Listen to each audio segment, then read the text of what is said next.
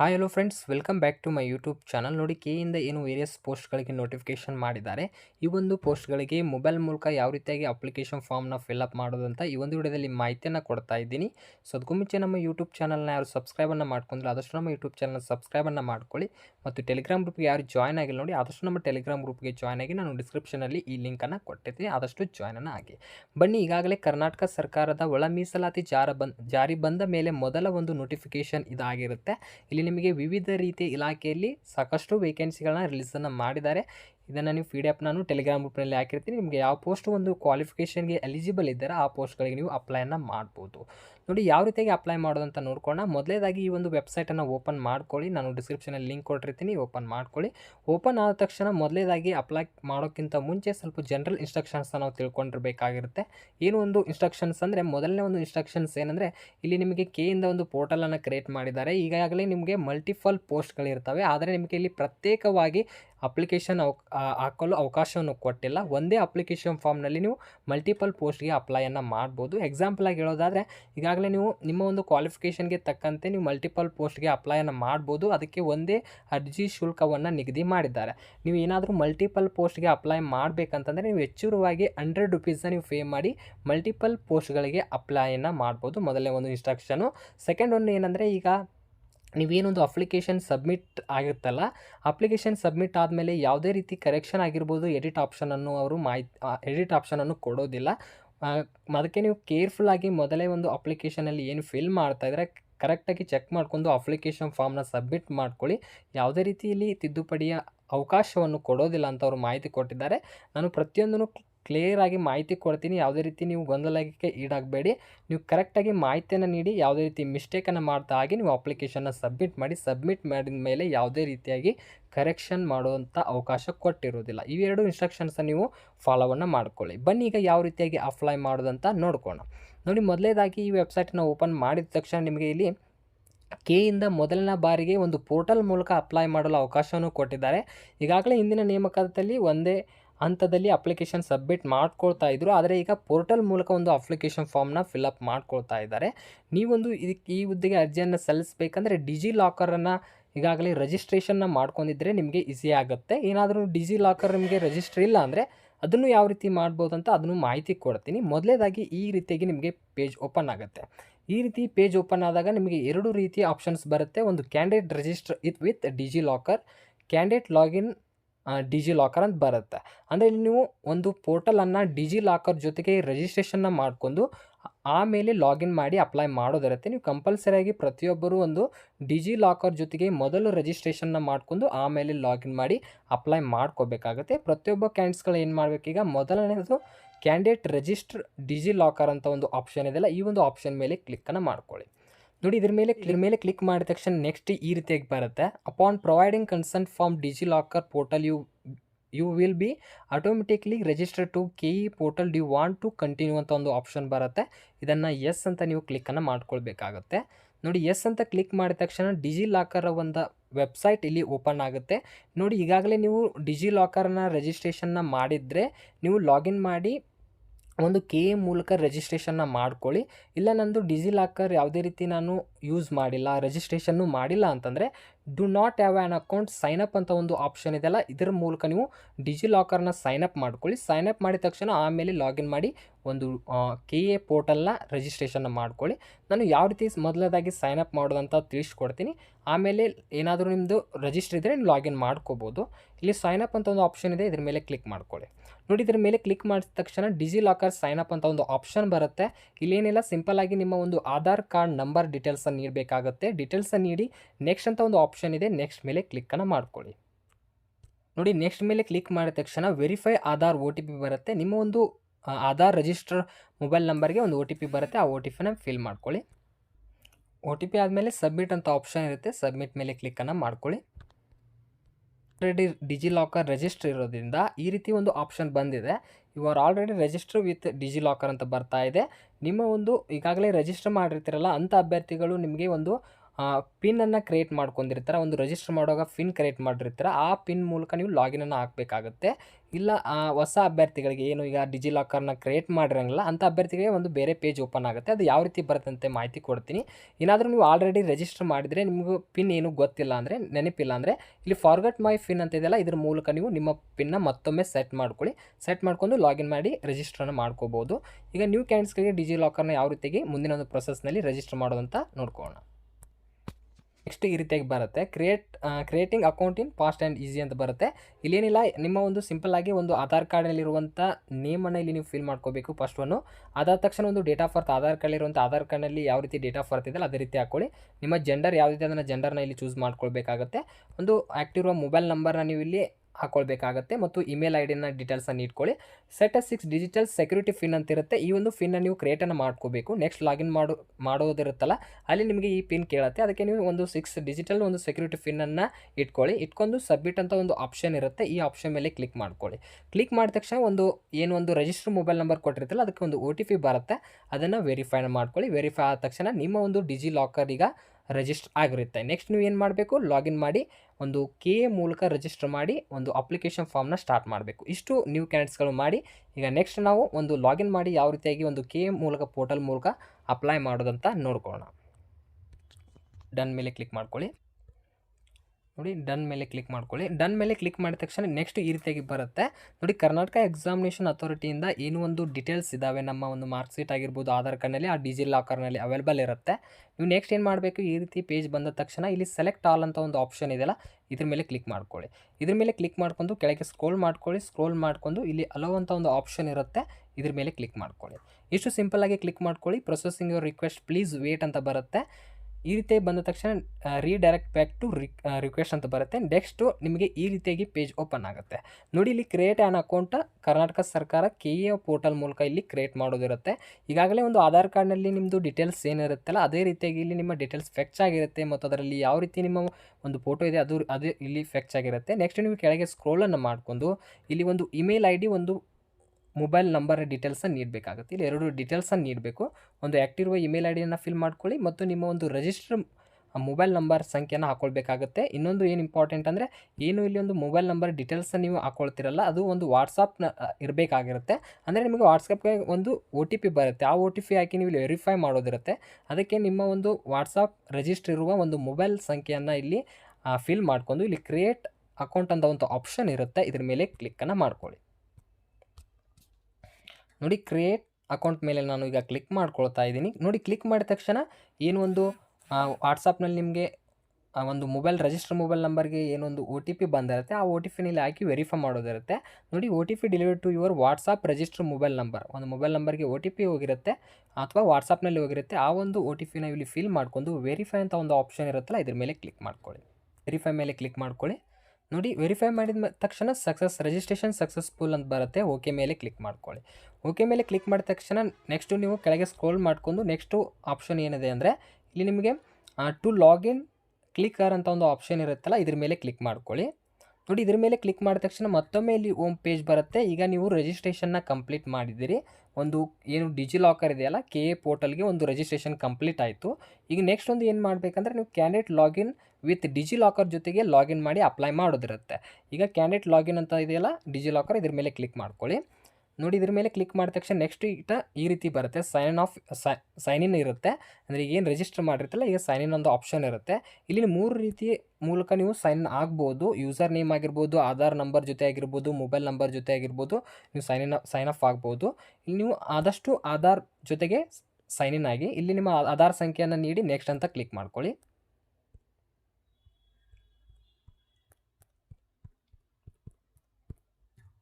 Pin ಅಂತ ಬರುತ್ತೆ. ನಾನು ಈಗಾಗಲೇ ಮಾಹಿತಿ ಕೊಟ್ಟಿದ್ದೆಲ್ಲ ಒಂದು ಪಿನ್ನ ಕ್ರಿಯೇಟ್ ಮಾಡ್ಕೊಳ್ಳಿ ಅಂತ, ಆ ಪಿನ್ನನ್ನು ನೀವು ಇಲ್ಲಿ ಹಾಕೊಂಡು ಸಬ್ಮಿಟ್ ಮೇಲೆ ಕ್ಲಿಕ್ ಮಾಡ್ಕೊಳ್ಳಿ. ನೋಡಿ, ಸಬ್ಮಿಟ್ ಮೇಲೆ ಕ್ಲಿಕ್ಕನ್ನು ಮಾಡ್ಕೊಳ್ಳಿ. ನೋಡಿ, ಸಬ್ಮಿಟ್ ಮೇಲೆ ಕ್ಲಿಕ್ ಮಾಡಿದ ತಕ್ಷಣ ಮತ್ತೊಮ್ಮೆ ಈ ರೀತಿಯಾಗಿ ಬರುತ್ತೆ. ಆಗಾಗಲೇ ಏನು ನಾನು ಮಾಹಿತಿ ಕೊಟ್ಟಿದ್ನಲ್ಲ ಅದೇ ರೀತಿಯಾಗಿ ಇಲ್ಲಿ ಸೆಲೆಕ್ಟ್ ಆಲ್ ಅಂತ ಆಪ್ಷನ್ ಇದೆಯಲ್ಲ ಇದ್ರ ಮೇಲೆ ಕ್ಲಿಕ್ ಮಾಡ್ಕೊಂಡು ಕೆಳಗೆ ಸ್ಕ್ರೋಲ್ ಮಾಡ್ಕೊಂಡು ಇಲ್ಲಿ ಅಲೋ ಅಂತ ಒಂದು ಆಪ್ಷನ್ ಇರುತ್ತಲ್ಲ ಇದ್ರ ಮೇಲೆ ಕ್ಲಿಕ್ ಮಾಡ್ಕೊಳ್ಳಿ. ಇದ್ರ ಮೇಲೆ ಕ್ಲಿಕ್ ಮಾಡಿದ ತಕ್ಷಣ processing your request please wait ಅಂತ ಬರುತ್ತೆ, ವೇಟ್ ಮಾಡಿ. ನೋಡಿ, ನೋಡಿ ಈ ರೀತಿಯಾಗಿ ನಿಮ್ಮದು KA ಪೋರ್ಟಲ್ನ ಮೊದಲ ಅಪ್ಲಿಕೇಶನ್ ಫಾರ್ಮ್ನ ಸ್ಟೆಪ್ಸ್ಗಳು ಇಲ್ಲಿ ಓಪನ್ ಆಗುತ್ತೆ. ಇಷ್ಟು ಹಂತಗಳಲ್ಲಿ ಒಂದು ಅಪ್ಲಿಕೇಶನ್ ಫಾರ್ಮ್ನ ಸಬ್ಮಿಟ್ ಮಾಡೋದಿರುತ್ತೆ. ನಿಮಗೆ ಟೋಟಲ್ ಆಗಿ 11 ಸ್ಟೆಪ್ ಮೂಲಕ ಒಂದು ಅಪ್ಲಿಕೇಶನ್ ಫಾರ್ಮ್ನ ಸಬ್ಮಿಟ್ ಮಾಡೋದಿರುತ್ತೆ.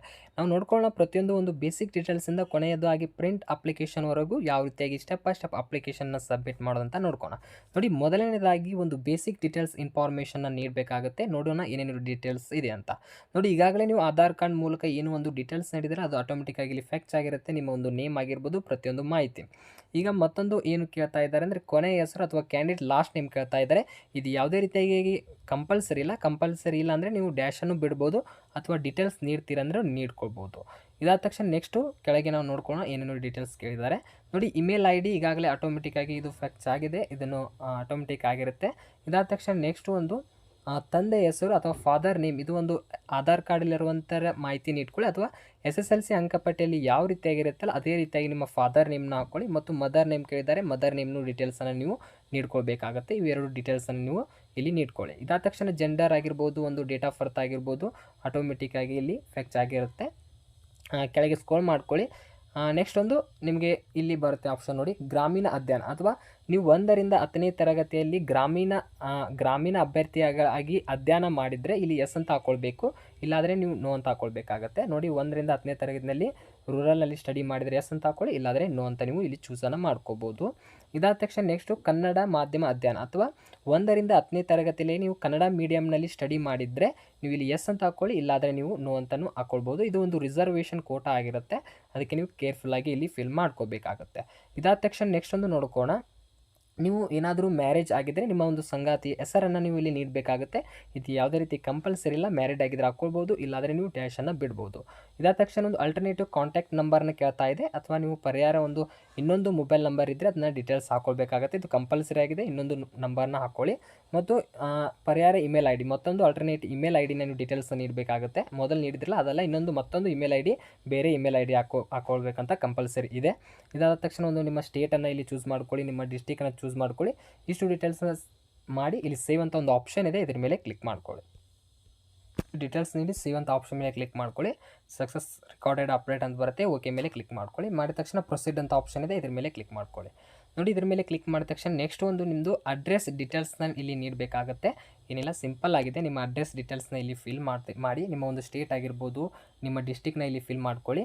ಮತ್ತು ಅಡ್ರೆಸ್ ಲೈನ್ 1 ನಿಮ್ಮ ಸಂಪರ್ಕ ವಿಳಾಸವನ್ನು ನೀವು ಆಧಾರ್ ಕಾರ್ಡ್ನಲ್ಲಿ ಇರುತ್ತೆ ನೋಡಿ. ಯಾವುದೇ ರೀತಿಯಾಗಿ ನೀವು ಸ್ಪೆಷಲ್ ಕ್ಯಾರೆಕ್ಟರ್ನ ಯೂಸನ್ನು ಮಾಡ್ಕೋಬೇಡಿ.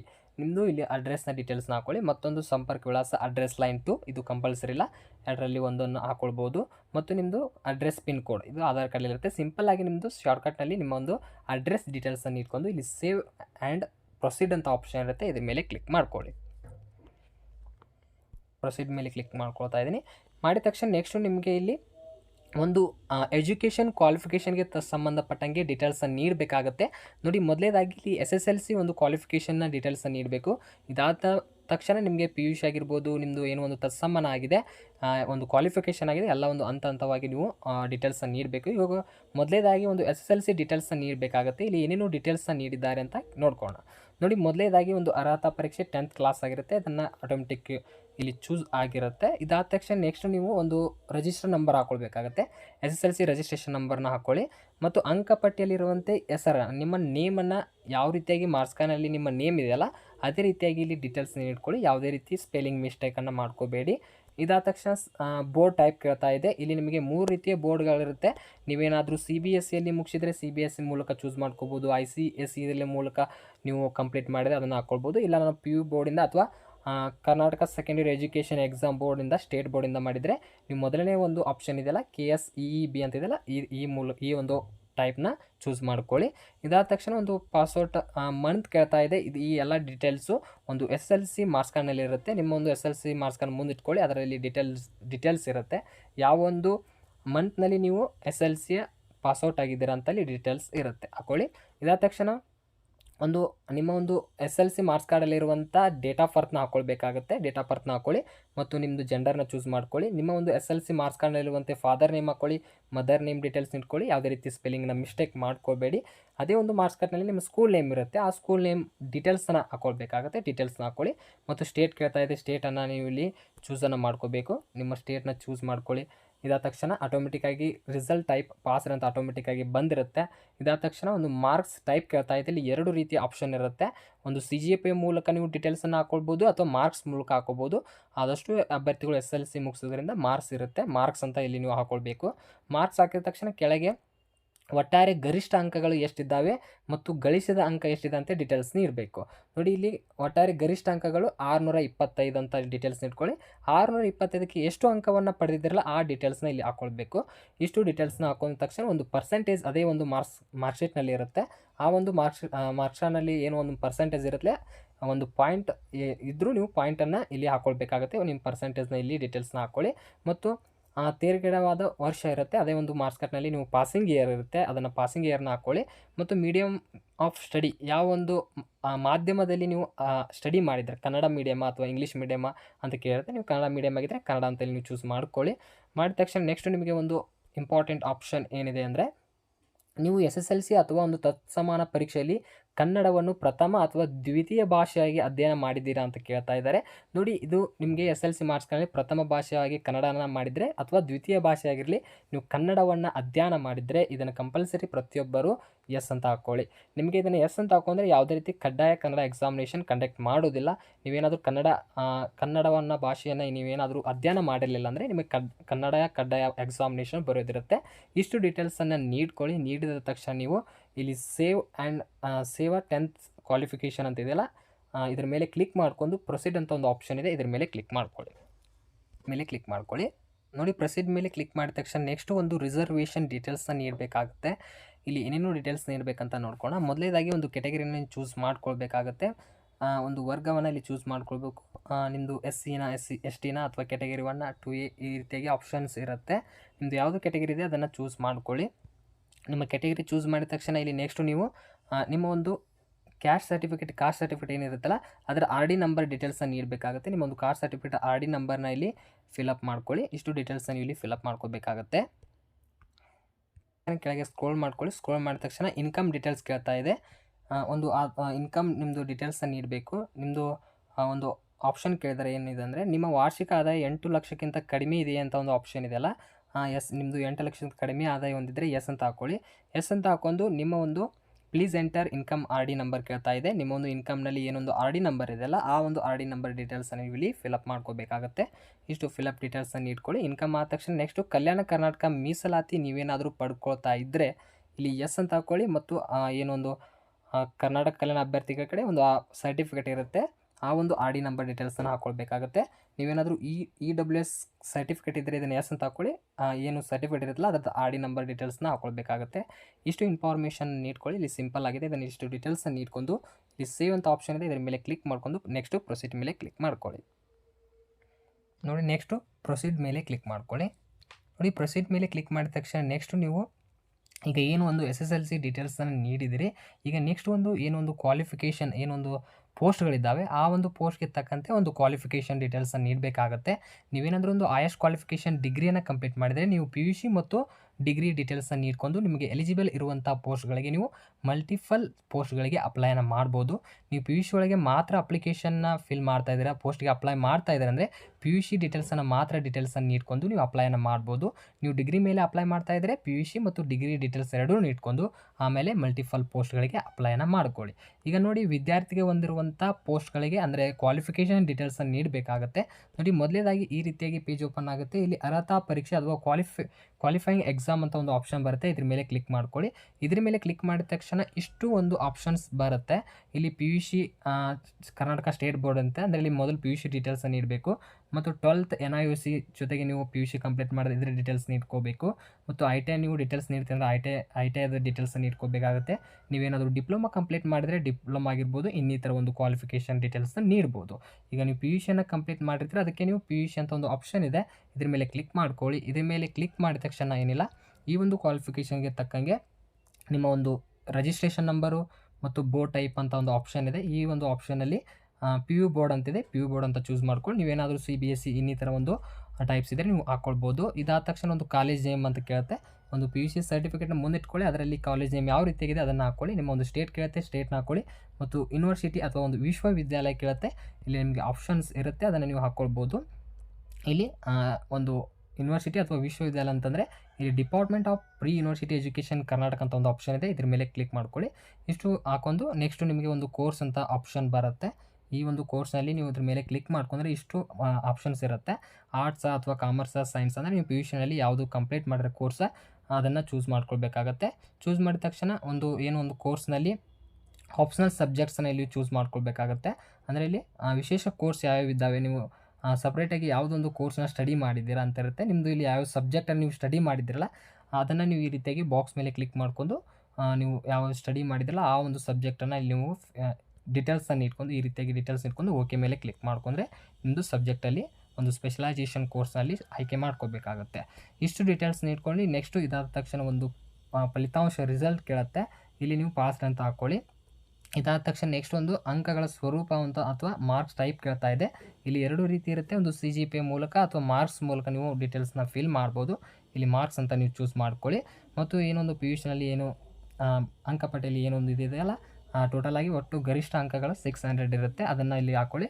ಮತ್ತು ಗಳಿಸಿದ ಅಂಕವನ್ನು ಡೀಟೇಲ್ಸ್ ಅಂದರೆ ಪಡೆದ ಅಂಕಗಳನ್ನು ಇಲ್ಲಿ ನೀವು ಡೀಟೇಲ್ಸ್ನ ಹಾಕೊಂಡು ಎಷ್ಟು ಪರ್ಸೆಂಟೇಜ್ ಆಗುತ್ತೆ ನೀವು ಕ್ಯಾಲ್ಕುಲೇಟ್ ಮಾಡಿ ನಿಮ್ಮ ಒಂದು ಪಿ ಯು ಸಿ ಪರ್ಸೆಂಟೇಜ್ನ ಇಲ್ಲಿ ಕರೆಕ್ಟಾಗಿ ನೀವು ಪಾಯಿಂಟ್ ಮೂಲಕ ನೀವು ಡೀಟೇಲ್ಸನ್ನು ನೀಡ್ಕೊಳ್ಳಿ.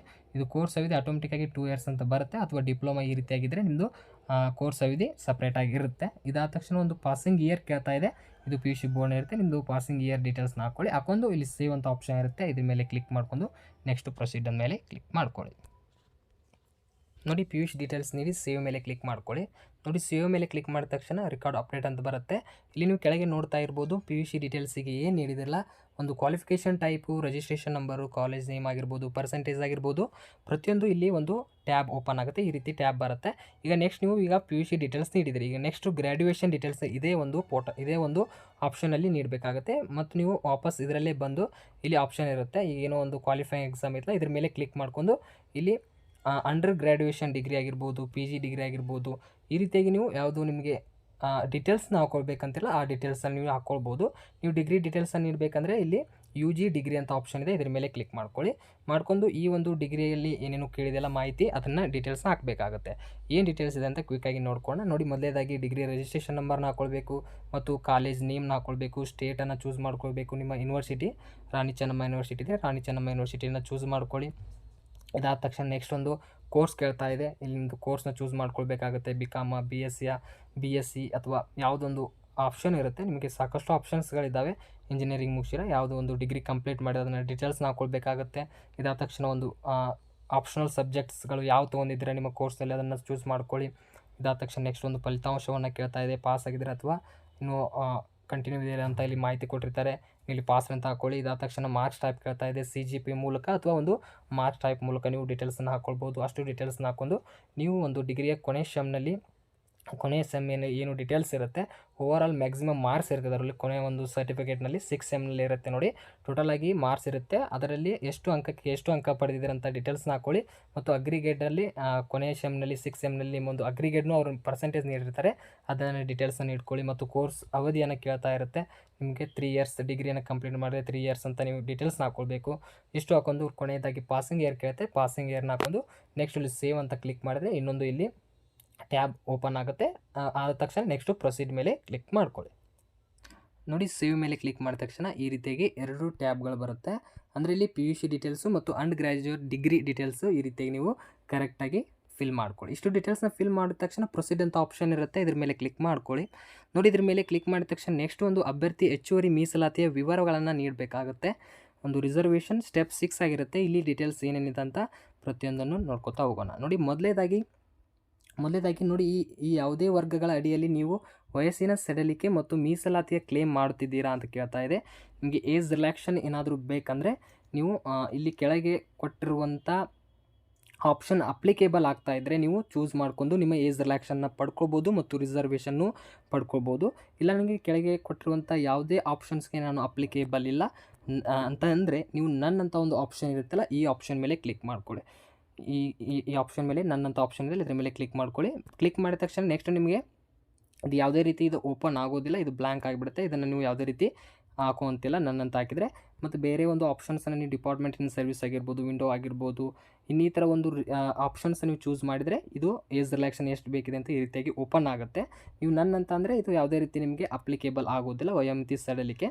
ಇಷ್ಟು ಡೀಟೇಲ್ಸ್ ನಾವು ಕೊಡಬೇಕಾಗುತ್ತೆ. ಇದಾದ ತಕ್ಷಣ ನೆಕ್ಸ್ಟ್ ಒಂದು ವಿಕಲಚೇತನ ಮೀಸಲಾತಿಯನ್ನು ನೀವೇನಾದರೂ ಬಯಸ್ತಾ ಇದ್ದರೆ ಅಥವಾ ಒಂದು ಫಿಸಿಕಲ್ ಹ್ಯಾಂಡಿಕ್ಯಾಪ್ PWD ಕ್ಯಾಂಡಿಡೇಟ್ಸ್ಗಳಾಗಿದ್ದರೆ ಎಸ್ ಅಂತ ಹಾಕೊಳ್ಳಿ, ಇಲ್ಲಾಂದರೆ ನೋ ಅಂತ ಹಾಕೊಳ್ಳಿ. ಎಸ್ ಹಾಕೊಂಡ್ರೆ ಅದಕ್ಕೆ ಸಂಬಂಧಪಟ್ಟಂಗೆ ಟೈಪ್ಸ್ ಆಫ್ ಡಿಸಬಿಲಿಟಿ ಹೊಂದಿರುವಂಥ ಡೀಟೇಲ್ಸ್ನ ನೀಡಬೇಕಾಗುತ್ತೆ, ಸರ್ಟಿಫಿಕೇಟ್ ನಂಬರ್ನ ನೀಡಬೇಕಾಗುತ್ತೆ.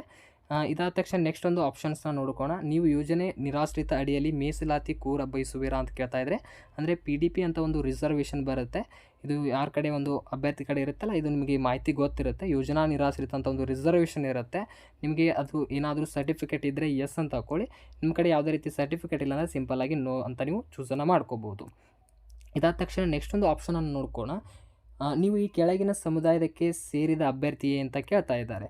Do you belong to any one this categories ಅಂತ ಕೇಳ್ತಾ ಇದ್ದಾರೆ. ನೋಡಿ, ಇಲ್ಲಿ ಸಫಾಯಿ ಕರ್ಮಚಾರಿ ಸಮುದಾಯದ ಮಗ ಅಥವಾ ಮಗಳಾಗಿದ್ದರೆ ನೀವು ಇದನ್ನು ಚೂಸ್ ಮಾಡ್ಕೊಳ್ಳಿ. ಸೂಕ್ಷ್ಮ ಸಮುದಾಯ ಮಗ ಅಥವಾ ಮಗಳು ಆಗಿದ್ದರೆ ನೀವು ಇದನ್ನು ಚೂಸನ್ನು ಮಾಡ್ಕೋಬೋದು. ಅದೇ ರೀತಿಯಾಗಿ ಅತಿ ಸೂಕ್ಷ್ಮ ಸಮುದಾಯ ಮಗ ಅಥವಾ ಮಗಳು ಆಗಿದ್ದರೆ ನೀವು ಚೂಸ್ ಮಾಡ್ಕೋಬೋದು. ಈ 3 ಆಪ್ಷನ್ ನಿಮಗೆ ಏನಾದರೂ ಅಪ್ಲಿಕೇಬಲ್ ಆಗ್ತಾ ಇದ್ದರೆ ನೀವು ಇದನ್ನು ಯೂಸನ್ನು ಮಾಡ್ಕೋಬೋದು. ಇಲ್ಲ ನಿಮಗೆ ಯಾವುದೇ ರೀತಿಯಾಗಿ ಸಂಬಂಧ ಇಲ್ಲ ಅಂದರೆ ನೀವು ನಾಟ್ ಅಪ್ಲಿಕೇಬಲ್ ಅಂತ ಒಂದು ಆಪ್ಷನ್ ಇರುತ್ತೆ, ಇದ್ರ ಮೇಲೆ ಕ್ಲಿಕ್ ಮಾಡ್ಕೊಳ್ಳಿ. ಇಷ್ಟು ಡೀಟೇಲ್ಸ್ನ ನೀಡ್ಕೊಳ್ಳಿ. ಇದಾದ ತಕ್ಷಣ ಮತ್ತೊಂದು ಆಪ್ಷನ್ಸ್ ಬರುತ್ತೆ. ನೀವು ಯೋಜನೆ ನಿರಾಶ್ರಿತ ಅಭ್ಯರ್ಥಿ ಅಡಿಯಲ್ಲಿ ಮೀಸಲಾತಿಗಾಗಿ ಹಕ್ಕು ಸಲ್ಲಿಸುತ್ತಿದ್ದೀರಾ ಅಂತ ಕೇಳ್ತಾ ಇದೆ. ನಿಮಗೆ ಮೇಲೆ ಕೇಳಿರುವಂತೆ ಇದೇ ರೀತಿಯಾಗಿ ಇಲ್ಲಿ ಆಪ್ಷನ್ ಬಂದಿದೆ. ಇದು ಯಾವ ರೀತಿಯಾಗಿ ಬಂದಿದೆ ಮಾಹಿತಿ ಗೊತ್ತಿಲ್ಲ, ಬಟ್ ಇಲ್ಲಿ ಮತ್ತೊಮ್ಮೆ ಕೇಳ್ತಾ ಇದ್ದಾರೆ, are you claiming for reservation under project displaced person ಅಂತ ಕೇಳ್ತಾ ಇದ್ದಾರೆ. ಅಂದರೆ ಯೋಜನಾ ನಿರಾಶ್ರಿತ ಮೀಸಲಾತಿ ಹಕ್ಕನ್ನು ನೀವು ಪಡಿತೀರಾ ಅಂತ ಕೇಳ್ತಾ ಇದ್ದಾರೆ. ನಿಮ್ಮ ಕಡೆ PDP ಒಂದು ಸರ್ಟಿಫಿಕೇಟ್ ಇದ್ದರೆ ಇದನ್ನು ಎಸ್ ಅಂತ ಹಾಕ್ಕೊಳ್ಳಿ. ನಿಮಗೆ 2 ಸಲ ಕೇಳಿದ್ದಾರೆ, ಯಾವ ರೀಸನ್ಕಾಗಿ ಕೇಳಿದ್ದಾರೆ ಅಂತ ಗೊತ್ತಿಲ್ಲ, ಬಟ್ ಇದು ನಿಮ್ಮ ಕಡೆ ಏನಾದರೂ ಸರ್ಟಿಫಿಕೇಟ್ ಇದ್ದರೆ ಎಸ್ ಅಂತ ಹಾಕ್ಕೊಳ್ಳಿ, ಇಲ್ಲಾಂದರೆ ಸಿಂಪಲ್ಲಾಗಿ ನೀವು ನೋ ಅಂತ ಹಾಕ್ಕೊಳ್ಬೋದು. ಇಷ್ಟು ಡೀಟೇಲ್ಸನ್ನು ನೀಡ್ಕೊಂಡು ಇನ್ನಿತರ ಅದರ್ ಇನ್ಫಾರ್ಮೇಷನ್ ನಿಮಗೆ ಡೀಟೇಲ್ಸನ್ನು ನೀಡಬೇಕಂದ್ರೆ ಇಲ್ಲಿ ನೀಡ್ಕೋಬೋದು. ಅಂದರೆ ನೀವು ಹಾಸ್ಟೆಲಲ್ಲಿ ಕಲಿತಿರುವ ಡೀಟೇಲ್ಸ್ ಆಗಿರ್ಬೋದು, ರೆಸಿಡೆಂಟಲಿ ಸ್ಕೂಲಲ್ಲಿ ಕಲಿತಿರುವಂಥ ಡೀಟೇಲ್ಸನ್ನು ನೀವು ಎಕ್ಸ್ಟ್ರಾ ಇನ್ಫಾರ್ಮೇಷನ್ ಆಗಿ ನೀಡ್ಬೋದು. ಇದು ಯಾವುದೇ ರೀತಿಯಾಗಿ ಕಂಪಲ್ಸರಿ ಇಲ್ಲ. ನೀವು ಆ ಡೀಟೇಲ್ಸ್ ಅಪ್ಲಿಕೇಬಲ್ ಆಗ್ತಾ ಇದ್ದರೆ ಅಷ್ಟೇ ಮಾತ್ರವನ್ನು ಈ ಡೀಟೇಲ್ಸನ್ನು ನೀಡ್ಕೊಳ್ಳಿ.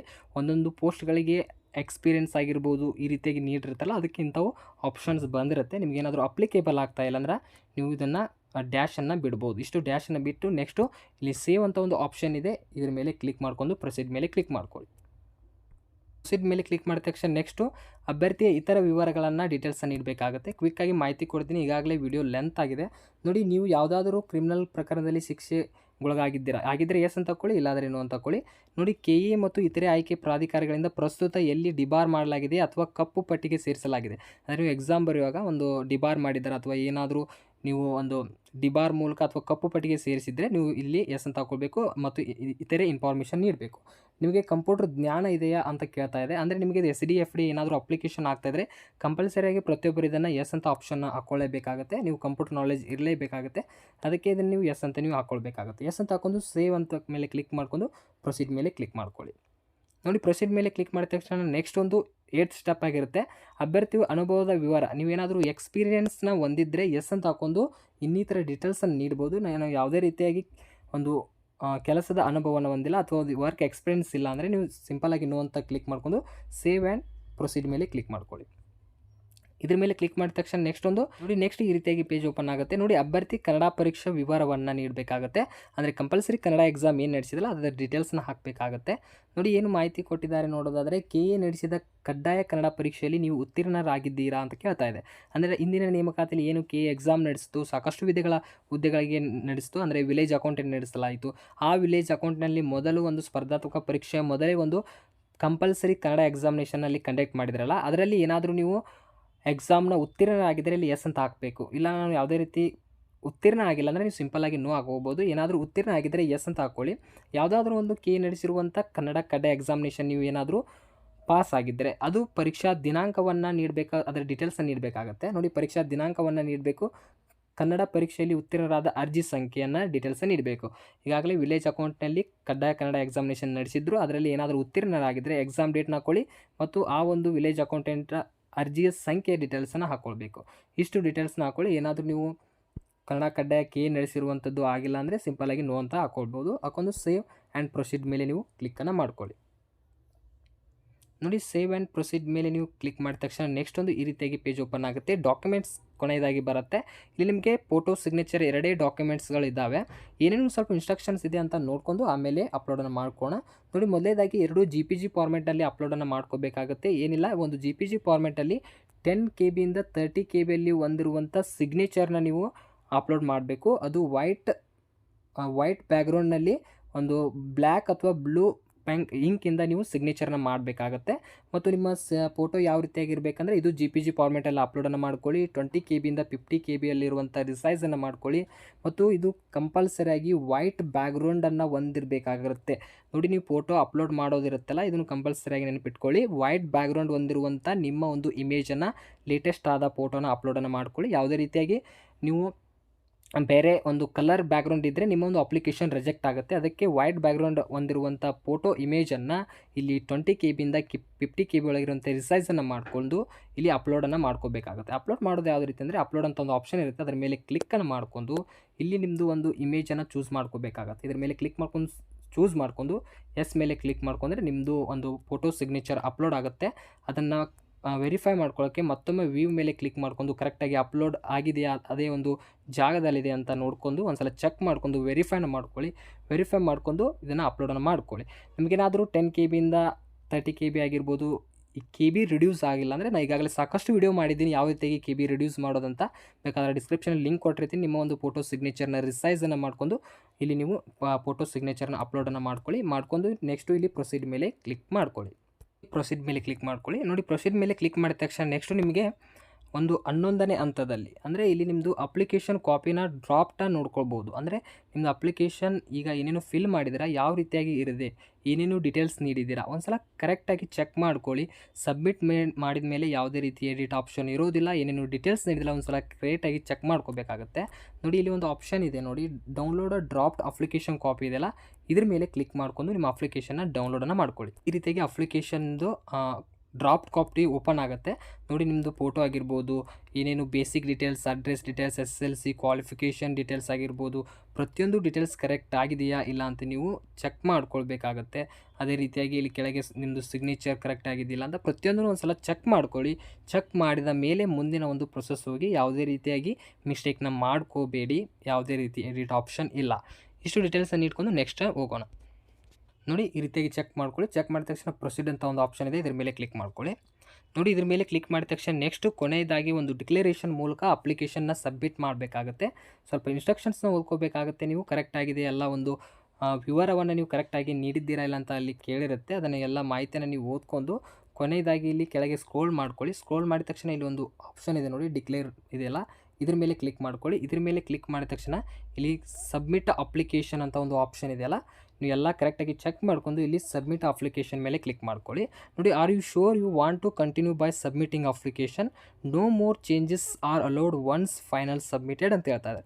ಮತ್ತೊಮ್ಮೆ ವಾರ್ನಿಂಗ್ ಕೊಡ್ತಾ ಇದ್ದಾರೆ, ಯಾವುದೇ ರೀತಿಯಾಗಿ ನೀವು ಸಬ್ಮಿಟ್ ಆದಮೇಲೆ ಚೇಂಜ್ ಮಾಡಲು ಅವಕಾಶವಿಲ್ಲ ಅಂತ ಹೇಳ್ತಾ ಇದ್ದಾರೆ. ನೀವು ಕರೆಕ್ಟಾಗಿದ್ದರೆ ಓಕೆ ಮೇಲೆ ಕ್ಲಿಕ್ ಮಾಡ್ಕೊಳ್ಳಿ. ನೋಡಿ, ಓಕೆ ಮೇಲೆ ಕ್ಲಿಕ್ ಮಾಡಿದ ತಕ್ಷಣ ಅಪ್ಲಿಕೇಶನ್ ಫೈನಲ್ ಸಬ್ಮಿಟೆಡ್ ಅಂತ ಬರುತ್ತೆ. ಓಕೆ ಮೇಲೆ ಕ್ಲಿಕ್ ಮಾಡ್ಕೊಳ್ಳಿ. ನೋಡಿ, ಓಕೆ ಮೇಲೆ ಕ್ಲಿಕ್ ಮಾಡಿದ ತಕ್ಷಣ ಕೆಳಗೆ ಸ್ಕ್ರೋಲ್ ಮಾಡ್ಕೊಳ್ಳಿ. ಸ್ಕ್ರೋಲ್ ಮಾಡಿ ಇಲ್ಲಿ ಒಂದು ಆಪ್ಷನ್ ಓಪನ್ ಆಗುತ್ತೆ. ಏನು ಆಪ್ಷನ್ ಅಂತಂದರೆ ಅಪ್ಲೈ ಫಾರ್ ದ ಪೋಸ್ಟ್ ಅಂತ ಬರುತ್ತೆ. ಇದ್ರ ಮೇಲೆ ಕ್ಲಿಕ್ ಮಾಡ್ಕೊಳ್ಳಿ.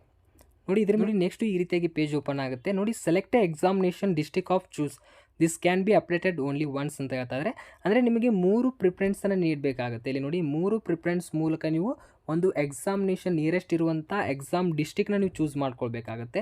ನೋಡಿ, ಎಕ್ಸಾಂಪಲ್ ಆಗಿ ಇಷ್ಟು ಒಂದು ಇಲ್ಲಿ ಡಿಸ್ಟ್ರಿಕ್ಟ್ಸ್ ಇದ್ದಾವೆ. ಇದರಲ್ಲಿ ಯಾವುದಾದ್ರೂ ಒಂದು ಮೊದಲನೇ ಪ್ರಿಫರೆನ್ಸ್ ಫಸ್ಟ್ ಒನ್ನಲ್ಲಿ ಇದರಲ್ಲಿ ಯಾವುದಾದ್ರೂ ಒಂದು ಪ್ರಿಫರೆನ್ಸ್ನ ಟಿಕ್ ಮಾಡಬೇಕು. ಇದಾದ ತಕ್ಷಣ ಪ್ರಿಫರೆನ್ಸ್ 2ಅಲ್ಲಿ ಮತ್ತೊಂದು ಡಿಸ್ಟ್ರಿಕ್ಟ್ನ ಚೂಸ್ ಮಾಡಬೇಕು.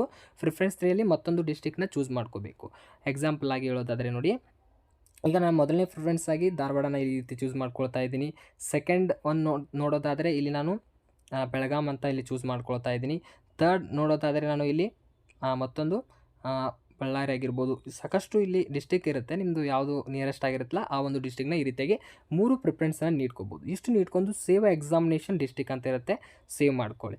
Do you want to continue by selecting above districts once updated changes are not entered ಅಂತ ಹೇಳ್ತಾಯಿದ್ರೆ, ಅಂದರೆ ಈಗ ಏನು ಪ್ರಿಫರೆನ್ಸ್ ಕೊಟ್ಟಿದ್ದೀರಲ್ಲ ಇದು ಒಂದೇ ಸಲ ನೀವು ಕೊಡ್ಬೋದು. ಇನ್ನೊಮ್ಮೆ ಯಾವುದೇ ರೀತಿ ಕೊಡಲು ಅವಕಾಶ ಇಲ್ಲ ಅಂತ ಹೇಳ್ತಾ ಇದ್ದಾರೆ. ಎಸ್ ಅಂತ ಕ್ಲಿಕ್ ಮಾಡ್ಕೊಳ್ಳಿ. ಎಸ್ ಅಂತ ಕ್ಲಿಕ್ ಮಾಡಿದ ತಕ್ಷಣ examination district choose is a complete ಬರುತ್ತೆ. ಓಕೆ ಮೇಲೆ ಕ್ಲಿಕ್ ಮಾಡ್ಕೊಳ್ಳಿ. ಓಕೆ ಮೇಲೆ ಕ್ಲಿಕ್ ಮಾಡಿದ ತಕ್ಷಣ ನೆಕ್ಸ್ಟು ಸ್ಕ್ರೋಲ್ ಮಾಡ್ಕೊಳ್ಳಿ. ಹುದ್ದೆಗಳಿಗೆ ಅರ್ಜಿ ಸಲ್ಲಿಸಿ ಅಪ್ಲೈ ಫಾರ್ ದ ಪೋಸ್ಟ್, ಇಲ್ಲಿ ನಿಮಗೆ ಇಂಪಾರ್ಟೆಂಟ್ ಆಗಿರುತ್ತೆ. ಈಗಾಗಲೇ ನೀವು ಏನು ಒಂದು ಎಜುಕೇಷನ್ ಕ್ವಾಲಿಫಿಕೇಷನ್ ನೀಡಿರ್ತಿರಲ್ಲ, ಅದಕ್ಕೆ ತಕ್ಕಂಗೆ ಪೋಸ್ಟ್ಗಳು ಇಲ್ಲಿ ಓಪನ್ ಇರುತ್ತೆ. ನೀವು ಯಾವ ಒಂದು ಪೋಸ್ಟ್ಗೆ ಅಪ್ಲೈಯನ್ನು ಮಾಡ್ತಿರಲ್ಲ ಆ ಒಂದು ಬಾಕ್ಸ್ನ ಕ್ಲಿಕ್ ಮಾಡ್ಕೊಂಡು ಇಲ್ಲಿ ಅಪ್ಲೈ ಮಾಡ್ಬೋದು. ಅದೊಂದು. ಇನ್ನೊಂದು ಏನಂದರೆ ಇಲ್ಲಿ ನೀವು ಮಲ್ಟಿಪಲ್ ಪೋಸ್ಟ್ಗೇನು ಅಪ್ಲೈ ಮಾಡ್ಬೋದು. ಒಂದು ಪೋಸ್ಟ್ ಅಪ್ಲೈ ಮಾಡಿದರೆ ನಿಮಗೆ ಏನು ಒಂದು ಪರೀಕ್ಷಾ ಶುಲ್ಕವನ್ನು ನಿಗದಿ ಮಾಡಿದ್ದಾರೆ. ಈಗ ನೀವು ಮಲ್ಟಿಪಲ್ ಪೋಸ್ಟ್ ಇನ್ನೊಂದು 2ನೇ ಪೋಸ್ಟ್ಗೆ ಅಪ್ಲೈ ಮಾಡ್ತಾಯಿದ್ರೆ 100 ರೂಪೀಸ್ ನಿಮಗೆ ಪರೀಕ್ಷಾ ಶುಲ್ಕವನ್ನು ಆ್ಯಡ್ ಮಾಡಲಾಗುತ್ತೆ. ಅಂದರೆ ನೀವು 3 ಪೋಸ್ಟ್ಗೆ ಅಪ್ಲೈ ಮಾಡಿದರೆ, ಈಗ ಎಕ್ಸಾಂಪಲ್ ಆಗಿ ಹೇಳೋದಾದರೆ ಜನರಲ್ ಮೆರಿಟ್ಗೆ 750 ರೂಪೀಸ್ ಇದೆ. ಒಂದೇ ಪೋಸ್ಟ್ಗೆ ಹಾಕಿದರೆ 750 ರೂಪೀಸ್ ಇರುತ್ತೆ. ಏನಾದರೂ ನೀವು 3 ಪೋಸ್ಟ್ಗೆ ಹಾಕಿದರೆ 200 ರೂಪೀಸ್ ಎಕ್ಸ್ಟ್ರಾ ಆಗುತ್ತೆ. ನಿಮಗೆ 950 ರೂಪೀಸ್ ಆಗುತ್ತೆ. ನೀವು ಹೆಚ್ಚುವರಿಯಾಗಿ ಏನು ಒಂದು ಪೋಸ್ಟನ್ನು ಆಯ್ಕೆ ಮಾಡ್ತಿರಲ್ಲ ಅದಕ್ಕೆ 100 ರೂಪೀಸ್ ಆ್ಯಡ್ ಆಗ್ತಾ ಹೋಗುತ್ತೆ. ನಿಮಗೆ ಇಲ್ಲಿ ಯಾವ ಪೋಸ್ಟ್ಗೆ ನೀವು ಅಪ್ಲೈ ಮಾಡಬೇಕಂತೀರಾ, ಯಾವ ಒಂದು ಡಿಪಾರ್ಟ್ಮೆಂಟ್ನಲ್ಲಿ ಮಾಡ್ತೀರಾ ಅಂತೆಲ್ಲ ಇಲ್ಲಿ ನೀವು ಚೂಸ್ ಮಾಡ್ಕೊಳ್ಳಿ. ಮೊದಲನೇದಾಗಿ ನೀವು ಯಾವ್ಯಾವ ಪೋಸ್ಟ್ಗೆ ಹಾಕ್ತೀನಿ ಅಂತೀರಲ್ಲ ಅದನ್ನು ಇಲ್ಲಿ ಚೂಸ್ ಮಾಡ್ಕೊಳ್ಳಿ. ಸಾಕಷ್ಟು ಪೋಸ್ಟ್ಗಳಿದ್ದಾವೆ. ಎಸ್ ಡಿ ಆಗಿರ್ಬೋದು, ಎಫ್ ಡಿ ಆಗಿರ್ಬೋದು ಇಲ್ಲಿದೆ. ನೀವು ಇದನ್ನು ಚೂಸ್ ಮಾಡ್ಕೊಳ್ಳಿ. ಆದ ತಕ್ಷಣ ನೆಕ್ಸ್ಟ್ ಪ್ರೊಸೆಸ್ ಹೆಂಗಿದೆ ಅಂತ ತಿಳಿಸ್ತೀನಿ. ನಾನು ಇಲ್ಲಿ ಚೂಸ್ ಮಾಡಿದ್ದೀನಿ. ಚೂಸ್ ಮಾಡಿದ ತಕ್ಷಣ ಇಲ್ಲಿ ಕ್ಯಾಲ್ಕುಲೇಟೆಡ್ ಅಮೌಂಟ್ ಅಂತ ಒಂದು ಆಪ್ಷನ್ ಇದೆ. ಈ ಒಂದು ಆಪ್ಷನ್ ಮೇಲೆ ಕ್ಲಿಕ್ ಮಾಡ್ಕೊಳ್ಳಿ. ನೋಡಿ, ಕ್ಯಾಲ್ಕುಲೇಟ್ ಅಮೌಂಟ್ ಅಂತ ಈ ಆಪ್ಷನ್ ಮೇಲೆ ಕ್ಲಿಕ್ ಮಾಡಿದ್ರೆ ನೋಡಿ ಟೋಟಲ್ ಆಗಿ ಎಷ್ಟು ಅಮೌಂಟ್ ಇಲ್ಲಿ ಶೋ ಆಗುತ್ತೆ. ನಾನು ಎಸ್ ಟಿ ಕ್ಯಾಟಗರಿ ಇರೋದ್ರಿಂದ 500 ರೂಪೀಸ್ ಇದೆ. ಇಲ್ಲಿ ನೋಡಿ ನಿಮಗೆ ಕೆಳಗೆ ಎಲ್ಲ ಇನ್ಫಾರ್ಮೇಷನ್ ಅವರು ಮಾಹಿತಿ ಕೊಡ್ತಾರೆ.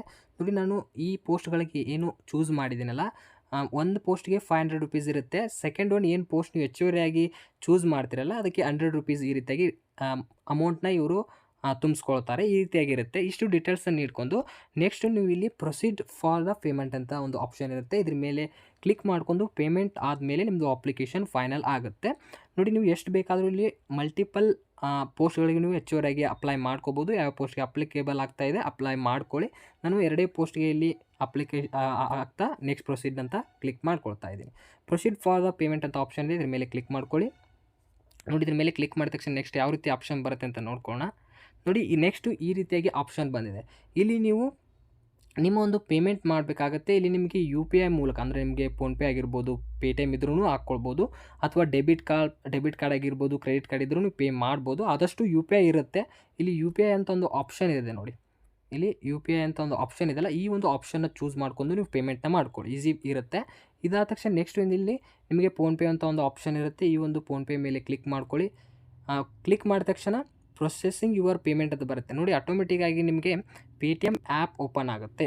ಈ ರೀತಿಯಾಗಿ ಪೇಟಿಎಮ್ ಆ್ಯಪ್ ಓಪನ್ ಆದ ತಕ್ಷಣ ನೋಡಿ ಪೇಮೆಂಟ್ನ ಕಂಪ್ಲೀಟ್ ಮಾಡ್ಕೊಳ್ಳಿ. ಅಲ್ಲಿ ಫೋನ್ಪೇ ಓಪನ್ ಆಗುತ್ತೆ ನಿಮ್ಮದು ಆ್ಯಪ್ ಡೈರೆಕ್ಟಾಗಿ. ಗೂಗಲ್ ಪೇ ಚೂಸ್ ಮಾಡಿ ಗೂಗಲ್ ಬರುತ್ತೆ.